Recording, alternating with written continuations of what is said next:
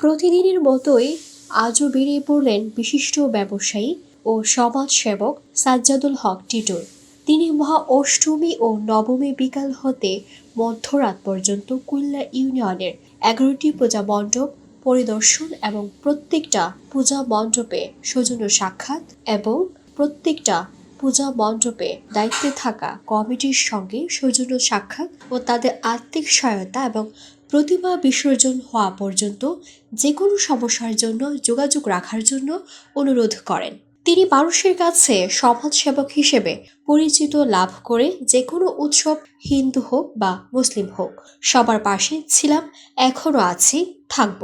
গরিব অসহায় মানুষের পাশে দাঁড়ানো তার জন্য একটা মহৎ কাজ। তিনি মনে করেন এই জন্য ৩ নং নাম্বার কুমিল্লা ইউনিয়নের মানুষ তাকে বিশিষ্ট সমাজসেবক হিসেবে চেনে এবং জানে। তাই ইউনিয়নের মানুষ চায় কোনো সমস্যার কথা তার সঙ্গে বলতে তার কাছে চলে আসে, তার সামর্থ্য অনুযায়ী তাদের সমস্যা সমাধান করেন।